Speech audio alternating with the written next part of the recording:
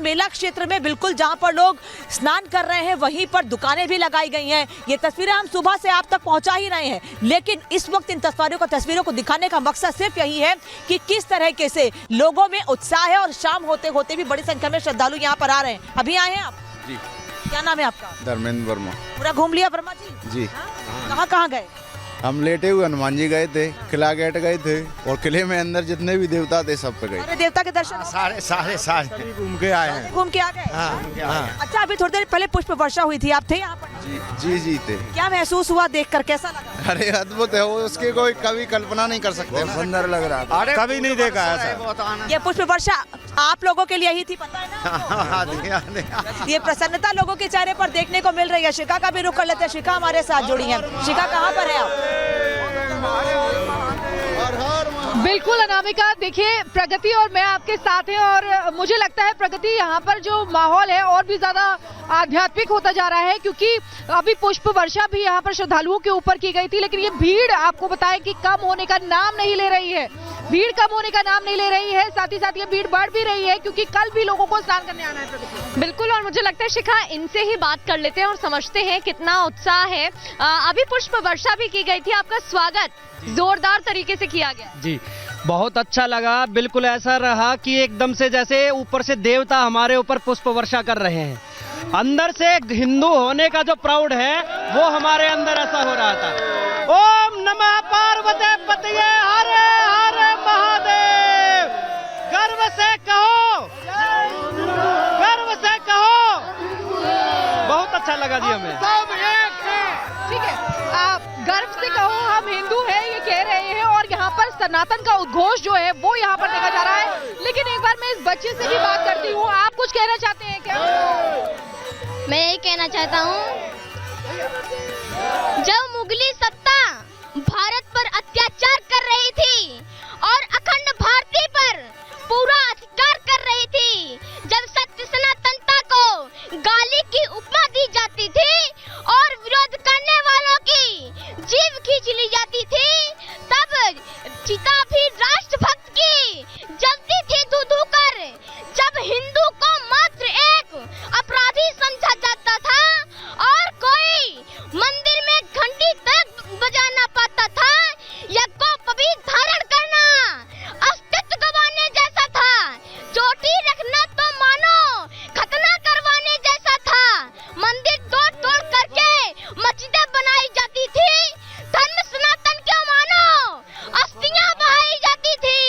जब नंगी मां बहनों के बाजार लगाए जाते थे और सनातनियों के सर धड़ से उड़वाए जाते थे, रीति एवं धरती पर जब उल्टी रीत निभाई जाती थी, मुसलमान न बनने पर खाने खिंचवाई जाती थी। ठीक है, और भी लोग उनसे भी बात कर लेते हैं। और भी लोग हैं, क्या कहना चाहेंगे आप?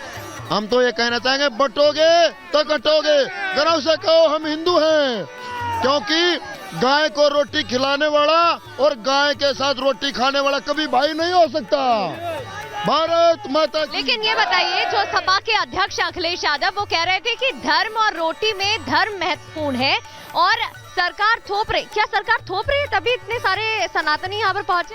हम लोगों ने पूरे संसार में भारत में जन्म लिया है और ये आयोजन केवल भारत में ही हो सकता है। क्या हम पाकिस्तान में कुंभ का आयोजन कर सकते हैं? क्या पाकिस्तान के अंदर जाकर डुबकी लगा सकते हैं? क्या वहाँ पर जो लवकुश का एरिया है, जो तक्षशिला का एरिया है, जो बंगाल का एरिया है, क्या वहाँ पर हम ऐसा जाकर कर सकते हैं? भारत के अंदर हम पैदा हुए हैं, हमारे अंदर वो तत्व है और उस तत्व के कारण हम यहाँ अखिलेश यादव के कारण थोड़ी आए हैं। पहले की सरकारों में इसकी अनदेखी हुई।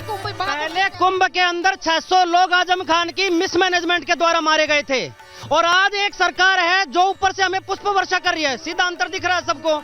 एक सरकार पूरा का पूरा मेंटेनेंस कर रही है, पीएसी तैनात है, आर्मी तैनात है, बीएसएफ तैनात है, पुलिस वाले तैनात है। उनका व्यवहार देखिए आप। इससे अलग कहीं और जिले में चले जाइए तो ट्रैफिक वाला भी कैसे व्यवहार करता है और वो यहाँ भी हाथ जोड़ कर खड़ा है। तो ये ऊपर से कोई ना कोई निर्देश तो मिला हुआ है, तभी तो हो रहा है। किस तरीके से यहाँ पर बड़ी बात कहते हुए नजर। अच्छा, एक चीज और ये भी उन्होंने कहा है कि अखिलेश यादव जो कह रहे हैं कि धर्म से ज्यादा रोटी जरूरी है, इस पर भी बात करेंगे। लेकिन हमारे साथ मीनाक्षी भी जुड़ी हुई है, उनके पास सीधे चलेंगे। ओवर टू यू मीनाक्षी, वहां से कैसी तस्वीरें आ रही है इस समय? बिल्कुल, देखिए सबसे पहले मैं आपको एक खूबसूरत सी तस्वीर दिखा देती हूँ। देखिए गंगा आरती यहाँ पर थोड़ी देर में होने वाली है। जो यहाँ छोटे छोटे बटुक हैं वो अभी से तैयारियां करना शुरू कर चुके हैं। ये थोड़ी देर में आरती होगी, वो तस्वीरें भी हम आपको दिखाएंगे। लेकिन महाकुंभ की जो विहंगम शुरुआत हुई है, उस विहंगम शुरुआत की जो खूबसूरत तस्वीरें हैं वो आसमान से ली गई हैं। और वो तस्वीरें हैं जो ये कह रही है कि हाँ, 1 करोड़ से ज्यादा श्रद्धालु आए और यहाँ पर आस्था की डुबकी लगा करके गए हैं। विहंगम तस्वीरें जो ड्रोन के सामने आई है, रिपोर्ट में आपको दिखाएंगे।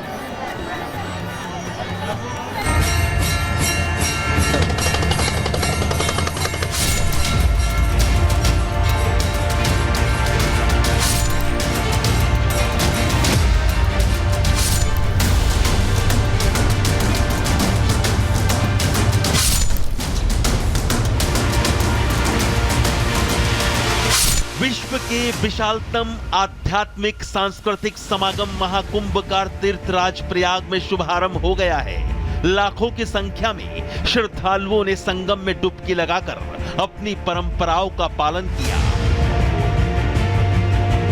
आकाश से ड्रोन की सहायता से ली गई ये तस्वीरें विहंगम महाकुंभ और संगम में लाखों श्रद्धालुओं की साक्षी हैं। संगम तट पर श्रद्धालुओं ने पवित्र मां गंगा में आस्था की डुबकी लगाई। भारत की सदियों पुरानी परंपरा महाकुंभ में संगम के तटों पर फिर से जीवंत हो उठी। विश्व के सबसे बड़े धार्मिक समागम में श्रद्धालु पूर्ण उत्साह और उमंग के साथ भागीदार बन रहे हैं। महाकुंभ में कोई भेदभाव नहीं, कोई पक्षपात नहीं, ना कोई ऊंचा है ना कोई नीचा। भारत की संस्कृति के अविरल प्रवाह में सब एक समान हैं और मां गंगा के तटों पर समानता और समरसता का विहंगम दृश्य जीवंत दिख रहा है। महाकुंभ में स्नान के लिए केवल भारतीय ही नहीं बल्कि विदेश से आए श्रद्धालुओं का रेला भी उमड़ा है। रूस, ब्राजील, दक्षिण अफ्रीका, इटली, जर्मनी, अर्जेंटीना समेत कई देशों के श्रद्धालुओं ने हर हर गंगे का जय घोष करते हुए त्रिवेणी में डुबकी लगाई। एप्पल को फाउंडर स्टीव जॉब्स की पत्नी लॉरेन पॉवेल जॉब्स भी प्रयागराज पहुंच चुकी हैं। निरंजनी अखाड़े में लॉरेन पॉवेल जॉब्स ने धार्मिक अनुष्ठान किया। करीब 1.5 महीने तक चलने वाले इस महाकुंभ में देश दुनिया से करीब 45 करोड़ श्रद्धालुओं के प्रयागराज आने का अनुमान है। कल मकर संक्रांति का पहला अमृत स्नान होगा।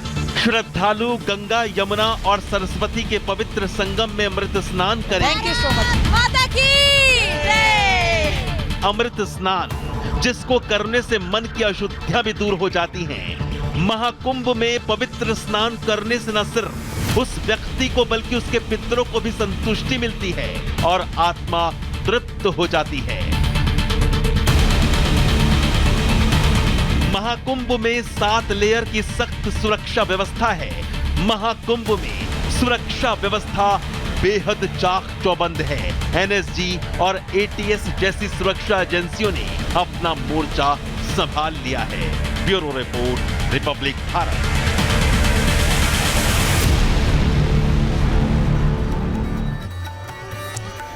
तो महाकुंभ में विदेशी श्रद्धालु भी बड़ी संख्या में आ रहे हैं और ये श्रद्धालु जब यहाँ पर पहुंच रहे हैं तो वो जय श्री राम के साथ साथ राधे राधे के जयकारे लगा रहे हैं। राधे राधे के जयकारे और जय श्री राम के नारे जो वो लगा रहे हैं उसको यहाँ आने वाले श्रद्धालु सुनकर बेहद मंत्रमुग्ध। और उनका ये कहना है कि जिस तरह से सनातन का प्रचार प्रसार हो रहा है वो बेहद आत्मीय है। सुनिए कैसे जय श्री राम के नारे लगा रहे हैं विदेशी श्रद्धालु। माही बाबा की जय। जतत्तवेगलज्जलप्रवाह पावितस्थले गलेवलम्ब्यलम्बितम्बुजङ्गतुङ्गमालिकां दमद्दमद्दमद्दमन्निनाथमत्तमरवयोचकारचन्दताण्डवतनोतु नः शिवाय शिवं। देवराजसेव्यमानपावनाङ्घ्रिपङ्कजं व्यालयज्ञसूत्रमिन्दुशेखरं कृपाकरं नारदादियोगिवृन्दवन्दितं दिगम्बरं काशिकापुरादिनाथ कालभैरवं भजे।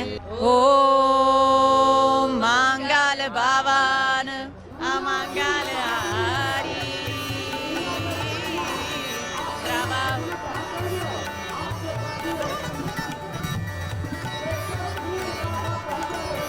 बिल्कुल, तो देखिए किस तरीके से लगातार ये महा कवरेज आप देख रहे हैं, अलग अलग जगह से अलग अलग रंग आपको दिखा रहे हैं जो यहाँ पर फैले हुए और कोई इस रंग में रंगना चाहता है। प्रगति बिल्कुल, और लगातार महाकुंभ से जुड़ा हर अपडेट और हर तस्वीर आप तक पहुंचाएंगे यहाँ, लेकिन यहाँ वक्त तो चला एक छोटे से ब्रेक का, जल्द होंगे हाजिर।